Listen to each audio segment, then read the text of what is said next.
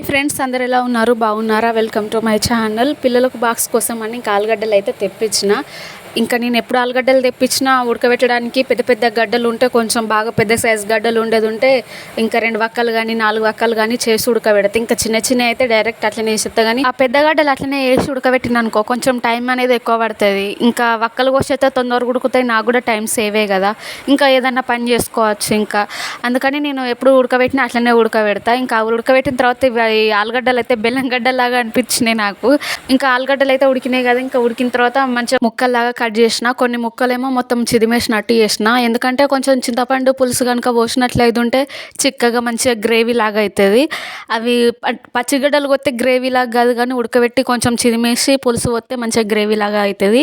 నాకు అట్లా ఇష్టం, మంచిగా ఉంటుంది పుల్ల పుల్లగా. పిల్లలు కూడా, మా పిల్లలు ఇష్టంగా తింటారు. అయితే ఈ కూర వండేటప్పుడు నాకైతే అబ్బాయి ఆ పూరీలు ఉంటే ఎంత బాగుండరా అనిపించింది. అంటే పూరీలు చేసుకుంటే బాగుండు కదా అనిపించింది. ఇంకా కానీ అంత పొద్దున నేను పూరీలు ఎప్పుడు వేయాలి చేయలేను.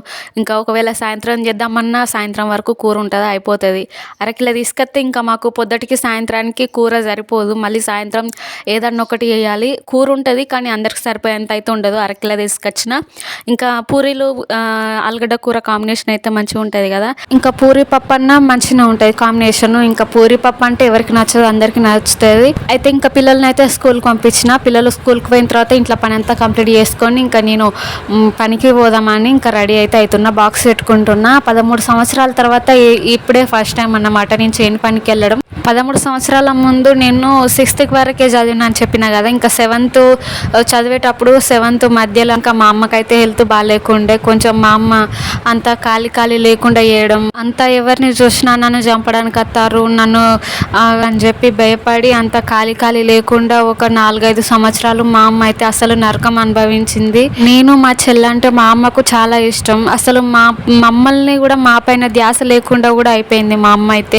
ఇప్పుడు కూడా భయం అనిపిస్తుంది.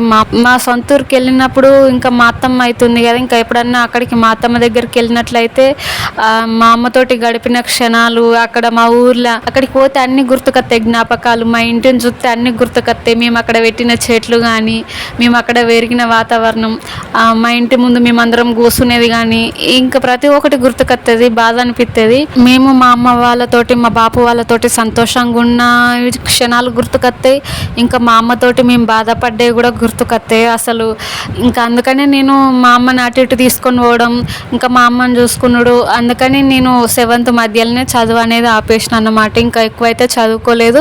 మా అమ్మకు మంచిగా కావాలి ఆరోగ్యం అంటే మా అమ్మని మా బాపు ఎటు తీసుకొని పోతే అటు మా అమ్మ మా బాపుతో పాటు ఇంకా నేను కూడా పోయేదాన్ని అన్నట్టు. మా అమ్మని పట్టుకున్నాడు, చూసుడు, ఇంకా చేసేది. అంటే మా బాపుకి వాళ్ళు వీళ్ళు చెప్పేది, అంటే దర్గా కానీ లేదంటే ఇంకా దేవుడి కాడికి హాస్పిటల్కి అసలు అన్నిటికీ తిప్పినాం. తిప్పని చోటు అంటూ లేదు. మా బాపుకి ఎవరైతే ఎక్కడ మంచిగా చేస్తారో అక్కడ మంచిగా చేస్తారు అని ఎవరెవరు ఏం చెప్తారో ఇంకా అన్ని చోట్ల తిప్పినాం. ఇంకా పైసా పోయింది, ఇంకా మనిషి పోయింది. మాకు పైసా పోయినా మనిషి దక్కుతుంది అనుకున్నాం కానీ మాకు అయినా కూడా ఇంకా మా అమ్మ అయితే మాకు దక్కలేదు. ఇంకా అరందితో ఇంకా మా బాపు కూడా చనిపోయిండు. మేమైతే అన్ని విధాలా నష్టపోయినాం. అయితే నేను ఇంకా అప్పుడే 7th మధ్యలో అయితే చదువు అనేది బంద్ చేసిన.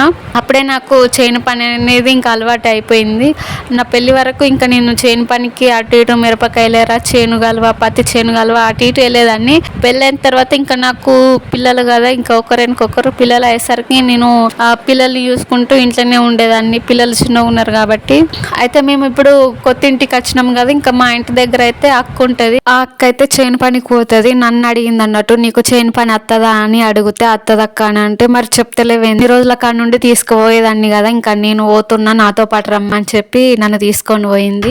13 సంవత్సరాల తర్వాత నేను చేను పనికి అనేది వచ్చిన అన్నమాట. ఇదే ఫస్ట్ టైం 13 సంవత్సరాల తర్వాత. ఇంకా ఇదేమో పత్తి చేను, ఫుల్ గడ్డి ఉంది. అసలు చెట్ల కంటే ఎక్కువ గడ్డి ఉంది, కానీ చెట్లు అయితే మంచిగా ఉన్నాయి. ఇంకా చేను వాళ్ళ అక్క వాళ్ళేమో కొంచెం చెట్లు చిన్నగా ఉండే, ఆడో చెట్టు ఈడో చెట్టు ఉంటే ఇంకా గడ్డనే ఇడిచిపెడదాం అనుకున్నారట. కానీ గడ్డి అంత ఉన్నా కూడా చెట్లు అయితే మంచిగా ఉన్నాయి. పత్తి చెట్లు మంచిగా ఉన్న కాడికైనా పోగుంటలు ఎక్కువ పోకుండా మంచిగా హైట్గా, గడ్డి ఎంత పెద్దగా ఉందో చెట్లు కూడా అంత పెద్దగా ఉన్నాయి అన్నట్టు. అయితే అక్క వాళ్ళేమో చేను వాళ్ళ అక్క వాళ్ళు చెట్లు పత్తి గింజలు పెట్టిన కాడ నుండి కలుపు అయితే తీయలేదట. తీయకముందే చెట్లకి మందేసిర్రు. ఆ మందు అనేది చెట్లతో పాటు గడ్డిని కూడా మంచిగా ఏపుగా పెంచిందన్నమాట. ఏపుగా అయిపోయింది, గడ్డి అయితే బాగా అయింది. అంటే ఎన్ని సంవత్సరాల తర్వాత పోయినా కదా, ఇంకా కొంచెం నేనేమన్నా వెనక గిట్లా పోతే ఏమన్నా అంటారో తిడతారో ఏమన్నా అంటే అంటారు కదా, వెనక పోతుంది ఎందుకు తీసుకొచ్చిర్రని, ఇంకా తీసుకుపోయిన అక్కని అంటారో ఏమో అనుకున్నా. కానీ వాళ్ళు అంత పెద్ద పరిచయం లేకున్నా కూడా నన్ను అయితే వాళ్ళతో పాటు కలుపుకొని పోయారు. ఇంకా వాళ్ళ మధ్యలో వేసుకున్నట్టయితే వేసుకొని పోయారు మంచిగా.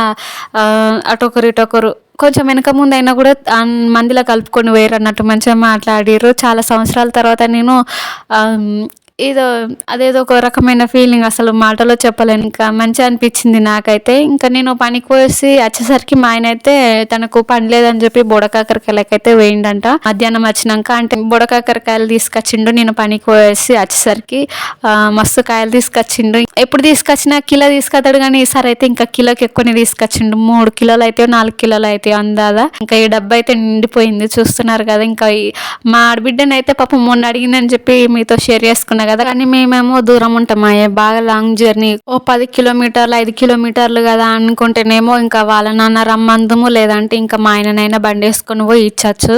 కానీ బాగా లాంగ్ జర్నీ కదా, ఇంకా మీ అమ్మమ్మ వాళ్ళ ఇంటికి పోతా అంటున్నావు కదా, ఇంకా అప్పుడైతే ఒక రోజు ముందే తీసుకొస్తుంది. అప్పుడు ఇంకా మా అక్క వాళ్ళకి కొన్ని, మీ అమ్మమ్మ వాళ్ళకి కొన్ని తీసుకొని పోదు అని ఇంకా అయితే అనుండే.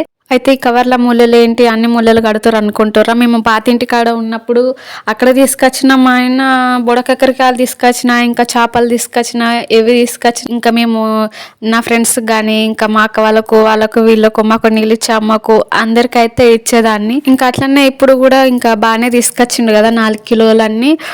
మనిషికో 1/4 కిలో అన్నీ తీసుకుపోయి ఇచ్చేస్తా కవర్లలో వేయమని అంటే, ఇంకా 4-5 కవర్లు చూసి మనిషికి 1/4 కిలో తీసి కవర్లలో అయితే వేసి ఇచ్చిన.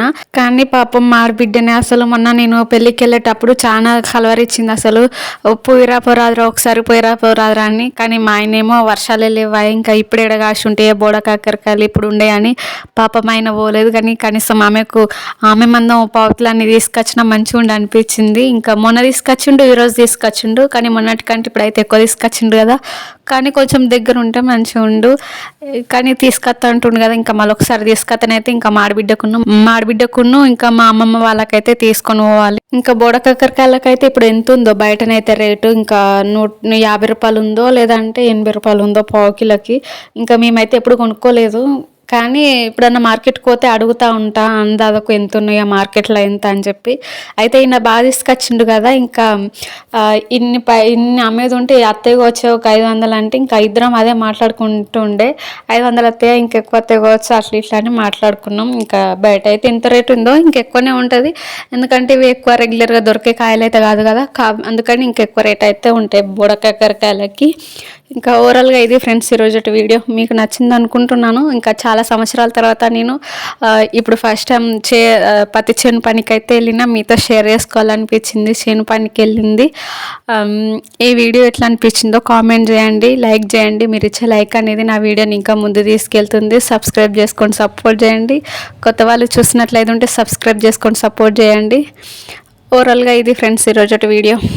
Okay friends, thanks for watching. Bye, take care.